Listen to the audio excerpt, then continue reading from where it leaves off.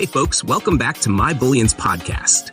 We've got some wild market insights today that'll blow your mind. So buckle up, grab your coffee, and let's dive into this week's crazy ride in the world of precious metals and global markets.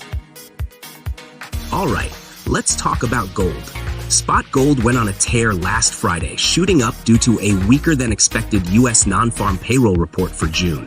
The numbers were a bit of a shocker, with only 206K jobs added. But the real kicker?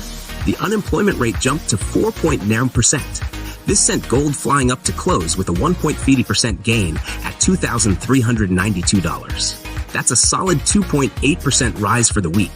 The market is now buzzing with talks of a rate cut. Can you believe it? Moving on, gold's been on a roller coaster and it's looking bullish. We're talking serious momentum here. Gold, a USD, surged past $2,380 last week, thanks to the USD taking a hit and some disappointing economic data from the US. But the real showstopper next week? Fed Chairman Jerome Powell's testimony and the release of US CPI data for June. These events are going to be huge. If the core CPI comes in high, it could boost the USD. But if it's weak, gold might just skyrocket even more. Now, let's talk commodities. The sector kicked off July with some serious gains. Precious and industrial metals led the charge, thanks to weaker U.S. economic data. The ISM manufacturing PMI showed a big decline, which sent metal prices soaring. And don't even get me started on energy. Crude oil and fuel products rallied hard. We're also seeing container freight rates go through the roof due to port congestion. It's like a perfect storm out there, folks. Check this out. As of June 2024, London vaults were packed with gold. 8,599 tons to be exact. That's a 0.7% increase from last month, valued at a whopping $604.4 billion. And silver? They've got 26,136 tons, up 1%, valued at $24.7 billion. These figures highlight just how crucial London is in the physical OTC market. Talk about transparency and timeliness.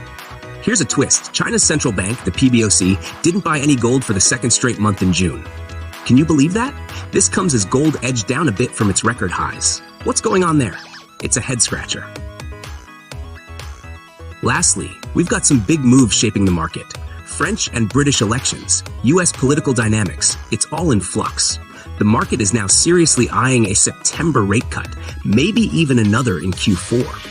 With the US economy showing signs of slowing, the dollar took a hit against most major currencies. And with the upcoming CPI and PPI data, all eyes are on how these numbers will play out. The federal government's June budget deficit report is also due soon, which could add more fuel to the fire. That's it for today, folks. Thanks for tuning in to My Bullions Podcast. Remember, these markets are wild, so stay informed, stay ahead, and as always, stay golden. Catch you next time. Subscribe to My Bullions Podcast for your daily dose of market madness and precious metals insights. Until next time, peace out.